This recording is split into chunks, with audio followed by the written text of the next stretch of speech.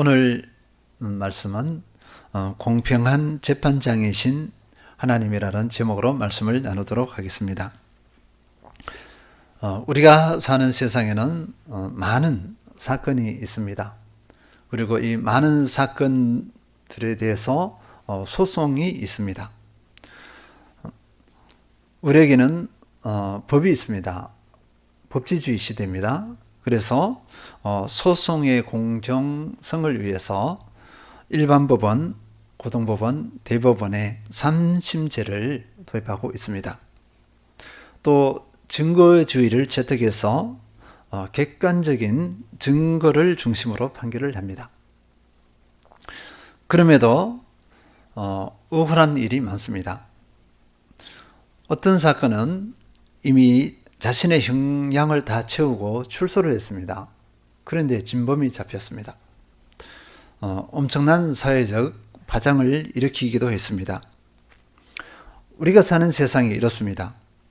특히 선거철이 다가오면 사건들이 더 많습니다. 더 많은 주장을 하고 더 많은 소송을 하고 더 억울해하고 이렇습니다. 정치에서는 어느 당이나 공정을 내세웁니다. 그리고 그 당의 주요 정략으로 공정성을 내세웁니다. 그런데 정작 그 공정성을 자신이 지킬 힘이 없습니다. 그래서 우리는 이것을 가지고 자가당착 이렇게 이야기를 합니다. 또 아이러니 이런 단어도 쓰기도 합니다.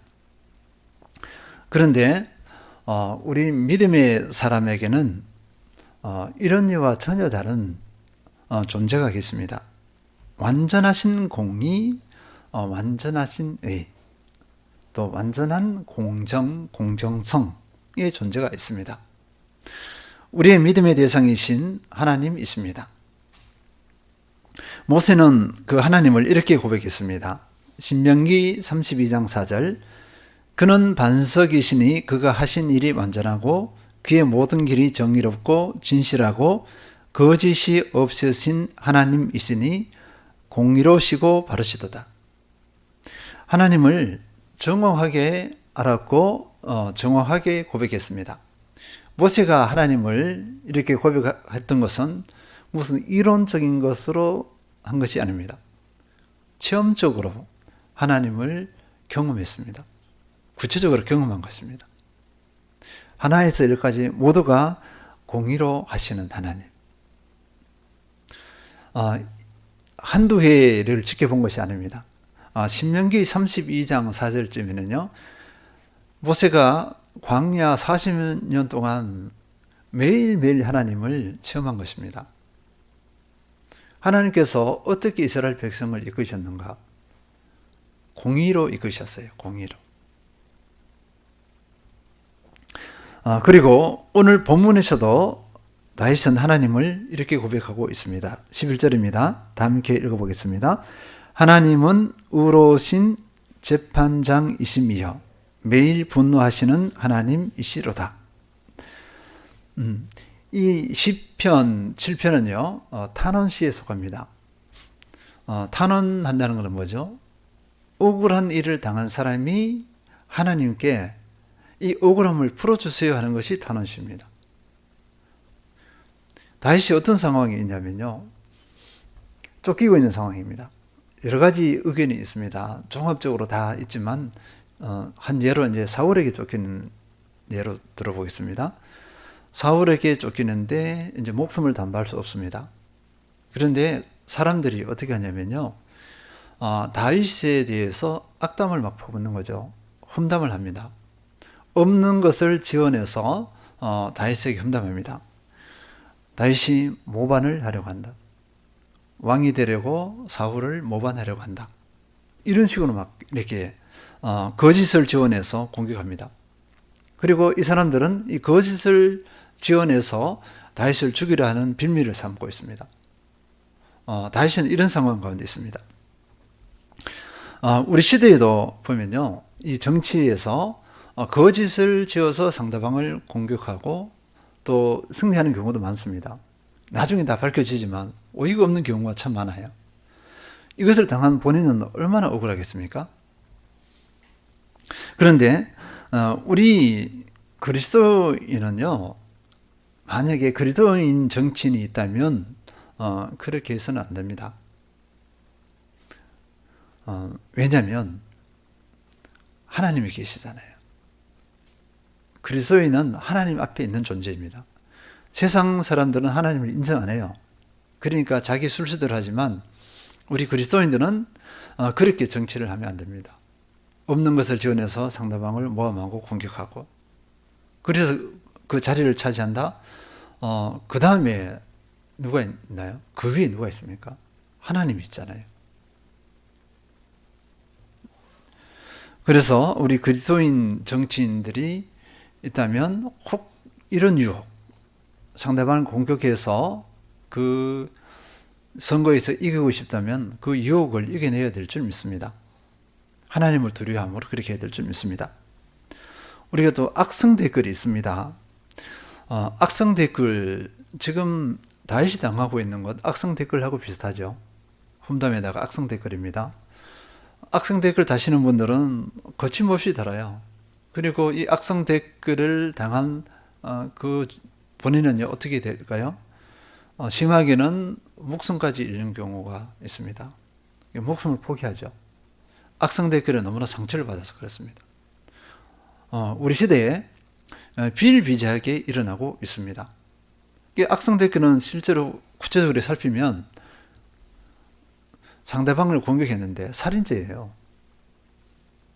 정말 이렇게 받아들여야 될 줄 믿습니다. 다윗이 지금 이렇게 억울하게 당하고 있잖아요. 당하고 있는데 3절에서 5절 보면 이렇습니다. 쉽게 풀어쓴 성경, 쉽게 쓴 성경을 읽어드리겠습니다. 주 나의 하나님, 내가 만일 이런 일을 저질렀다면 벌을 내려 주십시오. 내가 손으로 폭력을 행했거나 친구의 우정을 악으로 갚았거나 나의 대적이라고 하여 까닭 없이 그를 약탈했다면 원수들이 나를 뒤쫓아와서 내 목숨을 덮쳐서 땅에 짓밟고 내 명예를 짓밟아도 나는 좋습니다. 다윗이 이렇게 고백한 거예요.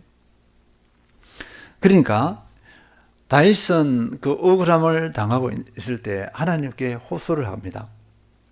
그리고 하나님께 호소하면서 하나님이 어떤 분이라고 고백했다 그랬죠? 의로운 재판장. 의로우신 공의로운 재판장이시기 때문에 자기의 그 억울함을 마음껏 하나님께 가지고 나갈 수 있어요. 그리고 그 사람에게 직접 대항하지 않습니다. 대항하지 않고 하나님께 가지고 나가서 하나님께서 이 상황을 해결해 주십시오. 나의 억울함을 해결해 주십시오. 이렇게 고백한 것입니다. 그러면 하나님의 그 공평하심, 하나님께서 어떻게 해서 공평하신 재판장이신가 근거를 한번 살펴보도록 하겠습니다.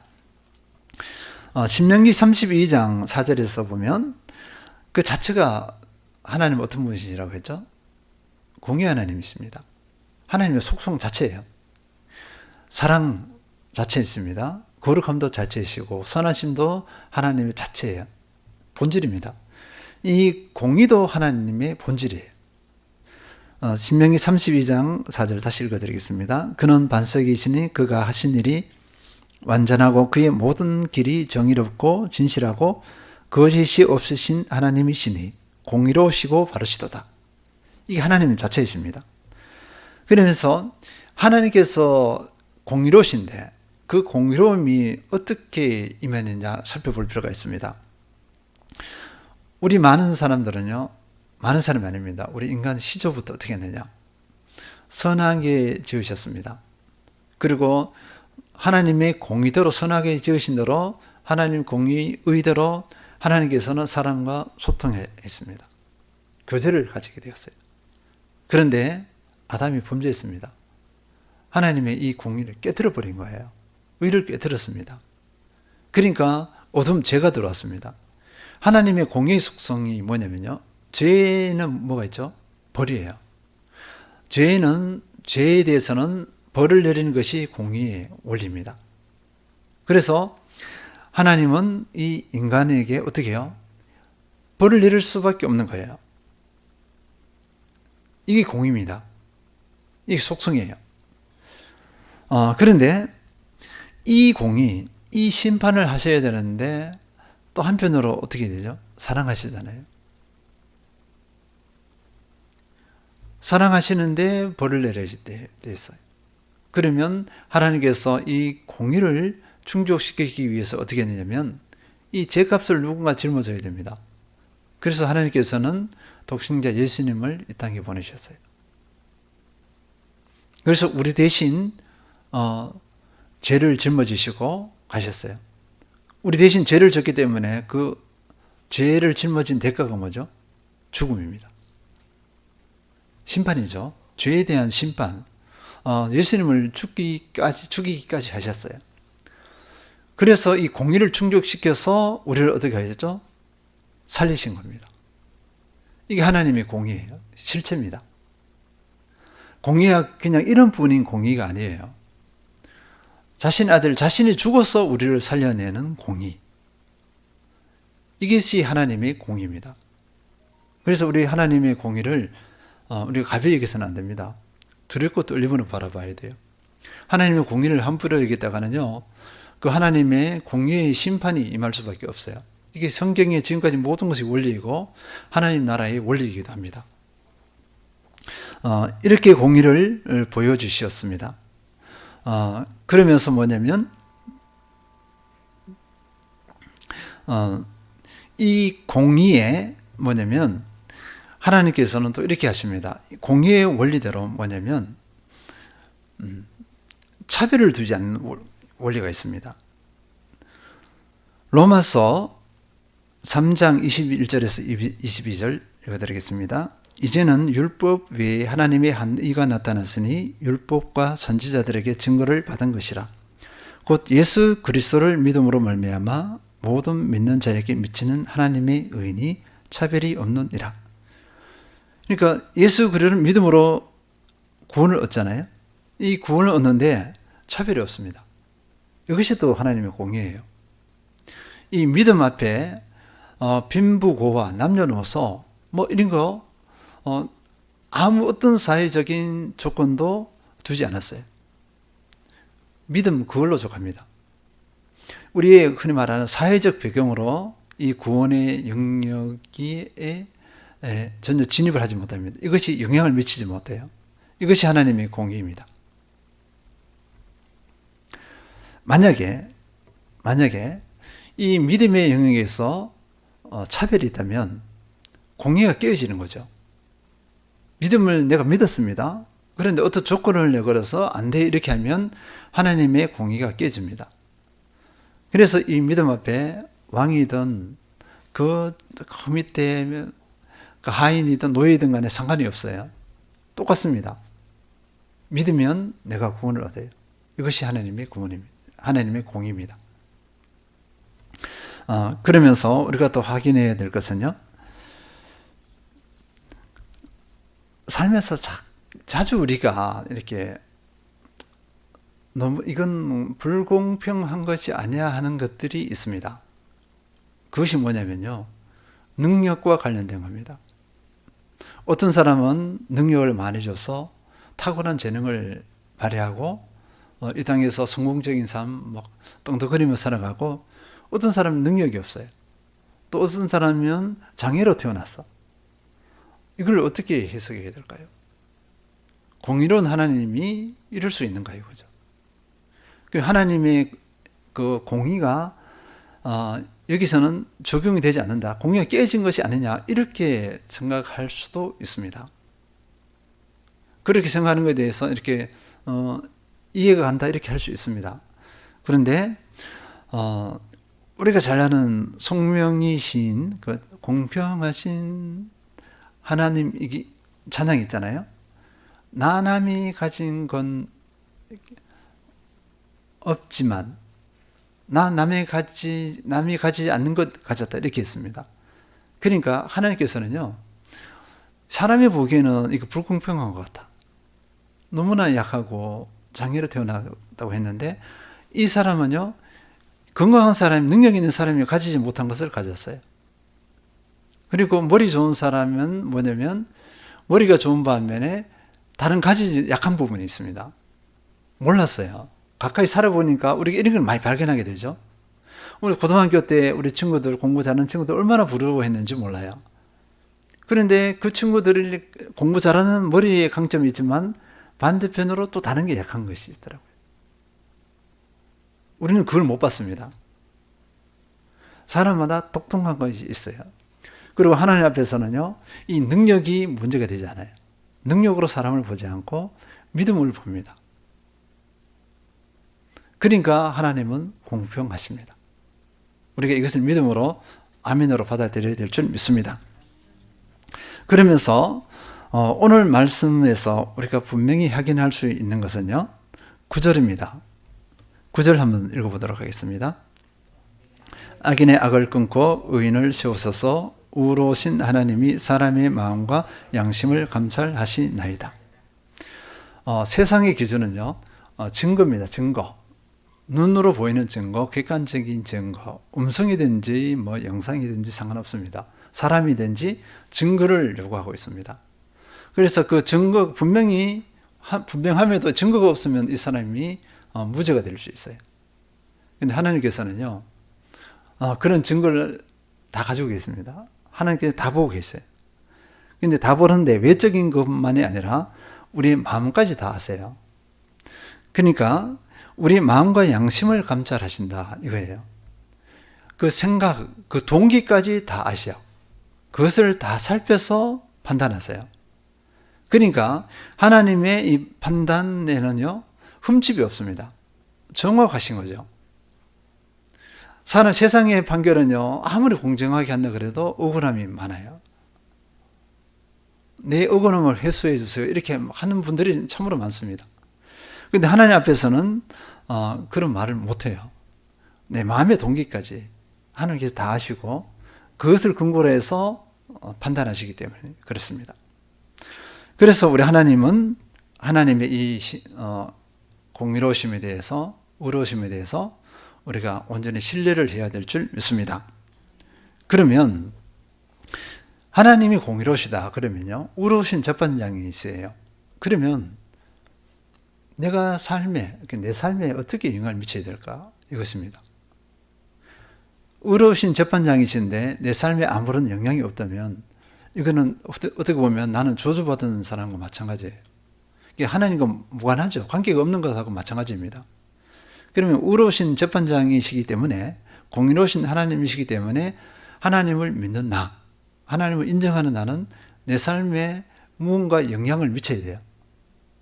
그래서 몇 가지 살펴보도록 하겠습니다. 첫 번째는요, 이 의로우신 하나님, 공의로우신 하나님을 신뢰하고 하나님께 의탁해야 됩니다. 다윗이 그랬습니다. 다윗은요, 자신이 직접 자기를 험담하고 공격하는 그 사람에게 대응하지 않았습니다. 쉽게 말하면 복수하지 않았습니다. 맞대응하지 않았다는 것입니다. 8절 읽겠습니다. 여호와께서 만민에게 심판을 행하시오니 여호와여 나의 의와 나의 성실함을 따라 나를 심판하소서. 자기를 먼저 심판해 달라는 거죠. 그래서 나의 의와 나의 성실함이라는 것은 뭐냐면 자기 있는 그대로 솔직한 고백이죠. 내가 분명히 사울에게 어떤 역모를 하려고 하는 그런 품지 않았어요. 이 사람들이 험담하는 그 내용대로 하지 않았습니다. 아시잖아요. 자기 있는 그대로 가져가는 거죠. 그래서 자기를 심판해 달라고 하나님께 가지고 나갔습니다. 10절 나의 방패는 마음이 정직한 자를 구원하시는 하나님께 있도다.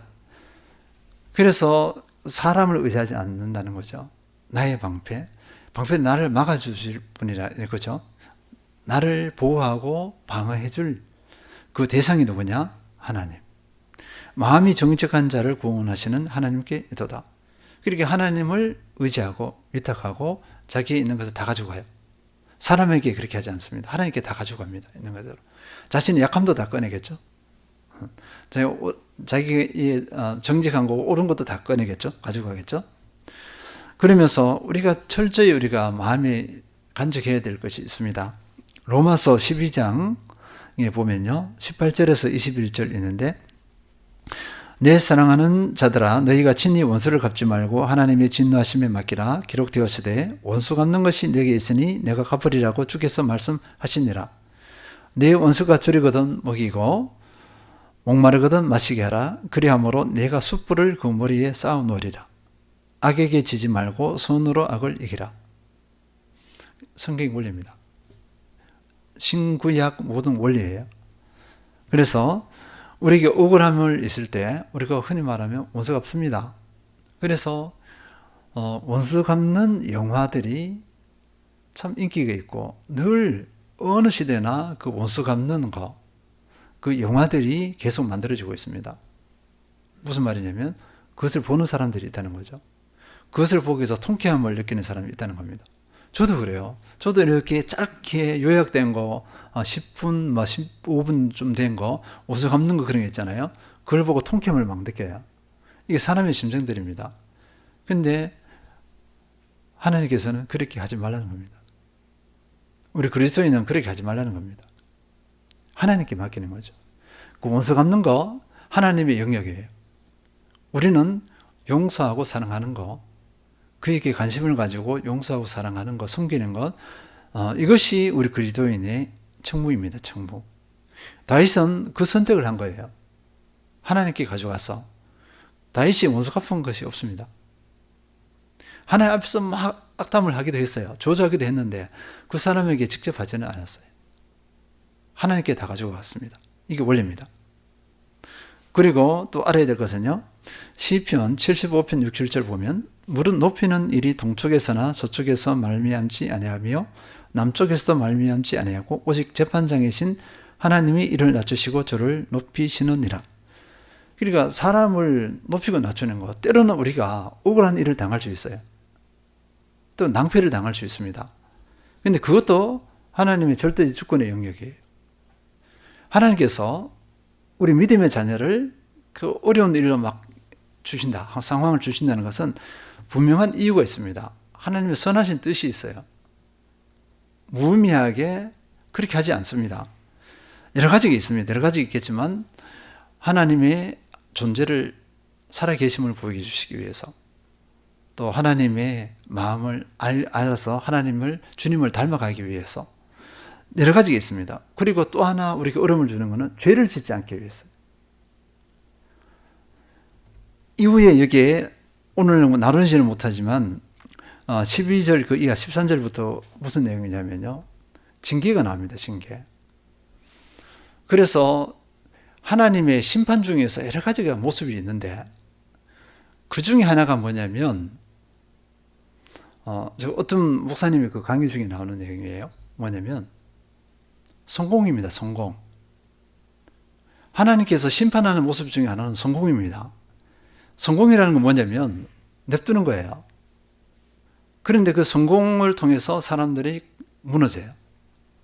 실체가 다 드러납니다.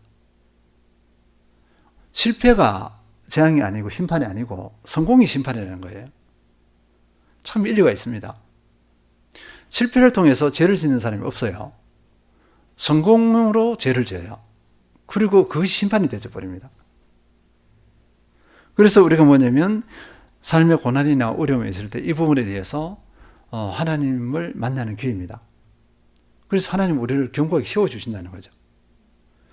그래서 우리에게 주어진 여러 간상한 사람들이 나를 공격한다, 또는 내가 무슨 일을 당한다, 어려움을 당한다. 그때 그것을 부정적으로 볼 것이 아니고 사람을 부정적으로 보거나 오히려 맞대응을 한다거나 원수 갚는다거나 할 것이 아닙니다. 하나님께 맡게 돼요. 분명히 하나님 뜻이 있어요. 그러면 우리는 거기서 어떻게 하죠? 자유롭습니다. 자유할 수 있어요. 이 은혜를 온전히 듣기를 축원드립니다. 그리고 우리가 이 하나님이 살아계신 공의 하나님이잖아요. 그럼 우리가 어떻게 될까요? 두려움과 떨림으로 주님의 길을 걸어야 돼요. 이 길을 선택해야 됩니다. 살아계시잖아요. 공의로우시잖아요. 예레미야 9장 24절 자랑하는 자는 이것으로 자랑할지니 곧 명철하여 나를 아는 것과 나 여호와는 사랑과 정의와 공의를 땅에 행하는 자인 줄 깨닫는 것이라. 나는 이를 기뻐하노라. 여호와의 말씀이니라. 사랑과 정의와 공의를 땅에 행하는 자, 이 하나님이 이런 분이다. 이걸 깨닫는 거죠. 그러면 우리가 오늘을 어떻게 살까요? 내가 불법을 행하면 어떻게 되죠? 하나님의 공의 심판이 내게 임할 수 있어요. 그래서 오늘 두려움과 떨림으로 하나님께 순종하는 거죠. 하나님의 길을 걷는 거죠. 주님의 길을 걸어가는 겁니다. 분명히 공의의 하나님이심에도 불구하고 의로운 재판장이심에도 불구하고 내 멋대로 한다? 이건 방종이에요. 하나님이 없는 것입니다. 그리고 혹 은혜의 길에서 멀어졌다. 마지막으로 12절 읽겠습니다. 사람이 회개하지 아니하면 그가 그의 칼을 가시며 그의 활을 이미 당기어 예비하셨도다. 회개입니다. 혹 내가 두렵고 떨림으로 주님의 길을 선택하지 못했다. 주님의 길을 걷지 못하고 벗어나 버렸다. 이럴 때는 곧 회개하고 돌아와야 됩니다. 회개의 길이 열려져 있어요. 하나님께서는 회개할 때 우리의 그 회개를 어떻게 해요? 받으십니다. 다시 회복시켜 주세요. 이게 하나님의 의입니다. 의. 사랑과 의예요. 이렇게 하면서 우리가 하나님이 어떠하심, 하나님의 어떠하심, 곧 공의, 공의로우신 재판장이신 하나님, 이 하나님에 대해서 마음에 우리가 꽉 새겨서 오늘 내 삶에 영향을 미쳐야 될 줄 믿습니다. 그러면 내 삶이 어떻게 되죠? 온전함이 됩니다. 어려움이나 이것이 나를 흔들지 못해요. 또 유혹이 나를 끌어당기지 못합니다. 이길 수 있습니다. 공의로운 하나님을 온전히 인식하면 하나님을, 살아계신 하나님을 느끼면서 인정하면서 주님의 길을, 하나님의 길을 걷습니다. 이 주인공이 되시는 모든 성도님들 되시길 축원드립니다.